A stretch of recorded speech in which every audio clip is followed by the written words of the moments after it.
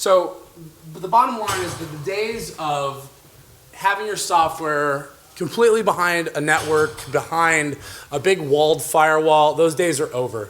Because to have any real play in this industry, we have to have real significant software that's running on the devices, that's using the security features of those devices, and is actually interacting with the user in a novel way. Well, it's great to have as much web app, as much presence from that sort of direction, but the bottom line is that you're going to have nuggets of your security code that's running on that device. And so how do you trust that code? Especially, as the news, I'm sure all of you have seen, especially when you see that, jailbreaks are happening. These things, these walled gardens get broken down all the time. If you buy a logo and you get good marketing, that's the way that people have those things out there, and the heartbleeds and the poodles and the shell shocks and all of those things. This is what the users are looking at as the risk to your applications, and so there can be real brand damage that happens and real actual loss in terms of your market share if you don't secure your application to a standard. The initial inclination for a lot of payments companies and a lot of companies in every industry is to take the software that was once written on the inside and just deploy it to the outside.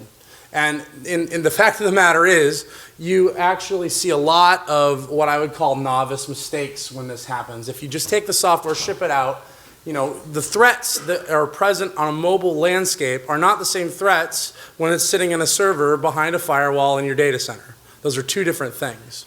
And so we talk about some of the myths that we see in financial apps. These are myths about we have taken these applications directly from the App Store, publicly downloadable by anybody.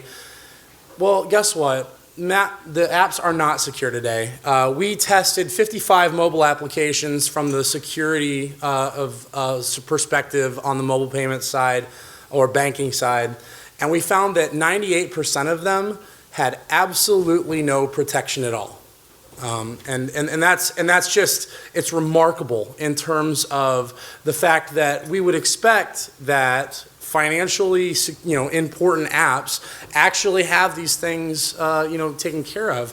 But when I say they have no protection, what I mean is you go up to your mobile team and say, how would you feel if somebody had your entire source code and all of the things inside your app? It generally makes your team leader feel a little bit uncomfortable, at least it should. And this is what I'm talking about. I can take freely available tools and get all of the contents of your application to basically start off what my attack would be. And whether that's your mobile POS systems, your actual transactional applications, all of those have secrets in them. They have to. That's the way these things are built. And if an attacker has access to those secrets, they can permute that into real world attacks. This is the other thing is that a very common response is to have a blinky box, right? Everybody likes the big physical blinky box that sits between you and the internet because it makes you feel safe, right? It's a physical, tangible thing. But the fact of the matter is that this graph is from a study last year, which basically attributes the number of applications that are attacked with the dollars that are spent to mitigate those risks. And you see the giant spike here on network. Everybody wants to buy that blinky box. Everybody wants a web app firewall. And those are important technologies. I'm not discounting the fact that they're important. However, the fact of the matter is where the money is at the application level. It's actually taking the bits and the bytes to control the flow of money to actually affect the way these economies work. Okay, it's always a means to an end. Even if it's at the network level, it's a means to an end. And so the idea here is that, almost 85% of these attacks happen in the ecosystem itself. Whether that in terms of what is important to you, whether that be illicitly redirecting payments, whether that's fraud that's going on from time to time, all of those things are usually occurring at the application level, yet the biggest spend is at the network level. So there's a big mismatch there. And the next part of this is that standards are very important. They are absolutely important, especially in an evolving industry. But the fact of the matter is security is not a checklist game. Okay? If you treat security as in, okay, we've got this, we've got this, we've got this, I'm good. That's not the way attackers work, right?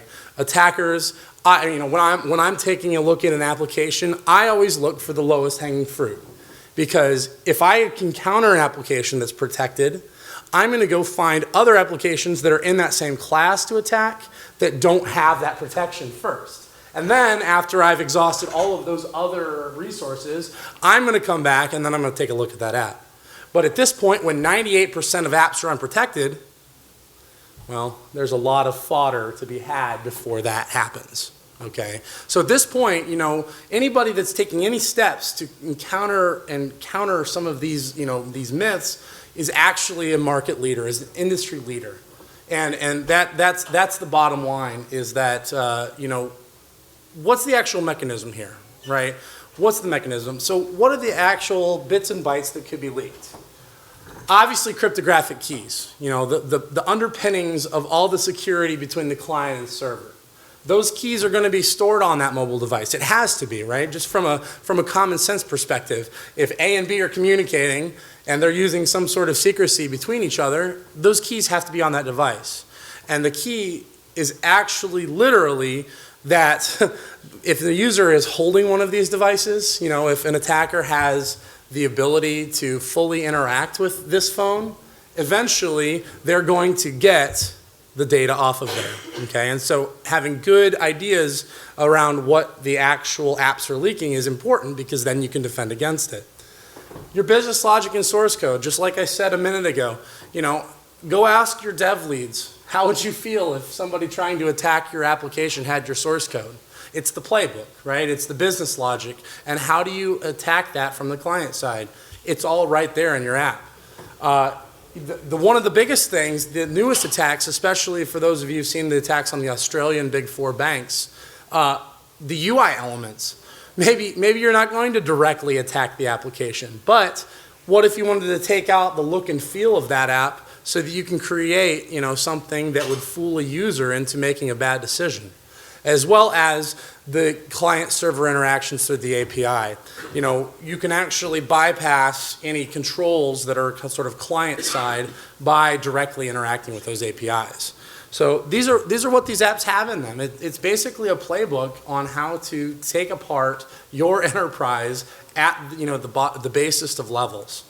But what do we see in terms of attacks? We see the idea of improperly redirecting payments.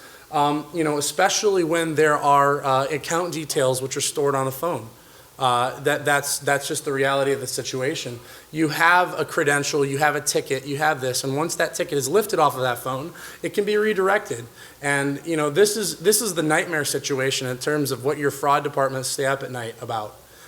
This is actually encountering where your ecosystem, your economy is being damaged by the things that are going on with your mobile apps.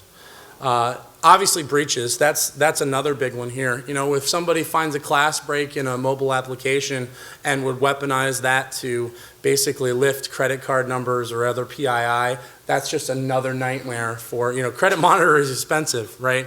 And we've seen this with retailers, we've seen this with banks. You make sure that that data is actually protected everywhere it sits on the phone. And that's with strong cryptography, that's with tamper resistance, that's with all of these other things. The idea here is that targeted malware exists at this point in time. We're actually seeing, in the wild, fake rogue mobile applications which have the look and the feel that would fool probably me and most of the users sitting in this room, right? The ones that are even savvy enough to call yourself a security person. If you are not very, very careful with the provenance of your data and where you get your mobile applications, you're going to fall for this, because it looks, byte for byte the same on the front end. And so, the ability for a user to differentiate between those fake apps and the real apps is a real actual threat that we see in the wild. And the attacks are happening. The malware with the 4 big banks that I already talked about in Australia, where it actually, the malware logs on as a user while sending the credentials to a third-party server.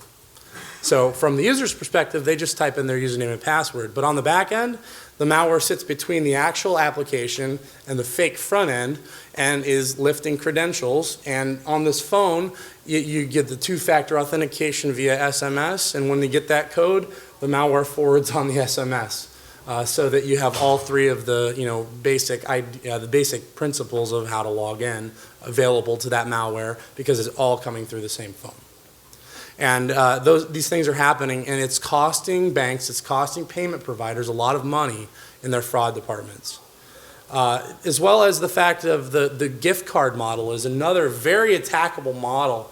We saw this in the Starbucks application early last year, actually, where attackers were able to lift account data and cause transfers from gift card to gift card, where they would, trigger the auto reload feature of these apps, which is a great, user value add. But if you don't authenticate these things, if you don't give common sense controls, they were actually lifting more and more money out of the accounts into a gift card, right? So, they basically transfer the entire balance into someone else's gift card. You do it again and again until your bank account's empty or your credit card is maxed out.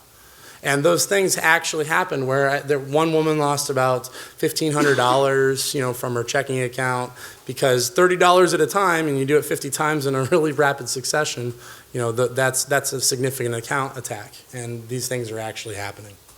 So what do we do about it? The paradigm needs to change. And that's the bottom line. The idea is that obviously we need to protect the data with good cryptography and good security. You defend against things. This is where you set the wall, around your own application as well as the wall of the phone, right? We've got good phone controls, but you also want to make sure that in an untrusted environment, your apps have the code in them to defend themselves. And that an attacker cannot use freely available tools to take all the secrets out of those applications and actually make sure that it's not easily accessible to an attacker. You detect the attacks. This is the important part. With the big data, business integration, we have to make sure that your applications are sending a stream of telemetry back to your servers so that you can actually see the attacks happening in real time. This gives your risk department another dimension of information to act upon that's largely uncovered today. You actually see the way that these attackers are, giving input or taking input out of the application to make sure that you can detect all of the things that are actually going on at the bits and bytes level. And finally, deter. You have to make sure that, in the industry, which is largely unprotected right now, you have to make sure that you're not going to be the first target of attack. That's the bottom line. So, what do we do to do this? We actually have Arxan code and data protection is a basic, value add to the end of your build process, where we will make sure that the bits and bytes are locked down in the application and the protections are actually dissolved into it. We add the code, we add the data all internally to the application itself. It's not a wrap, it's not just another module that goes into it. We take the code at the end of the life cycle, we add the pieces that you need to know on your side and integrate with your existing risk systems to make sure that you're covered in this situation. And we've been doing this in a lot of different verticals over time. We make sure that licensing is a big deal, as well as the production use for a lot of different applications all over the world. We do a lot of digital media streaming, protecting keys, as well as making sure that devices that are on your network are actually using integral software that has not been changed from its original value, to make sure that your applications are not sending bad data back to your servers. So I'd like to, thank everybody here for listening. I'm going to be available for questions and comments back at the Arxan booth if you want to dive a little bit deeper into the technical specifics. But I want to, thank you for listening, and I'd be happy to take any questions you might have.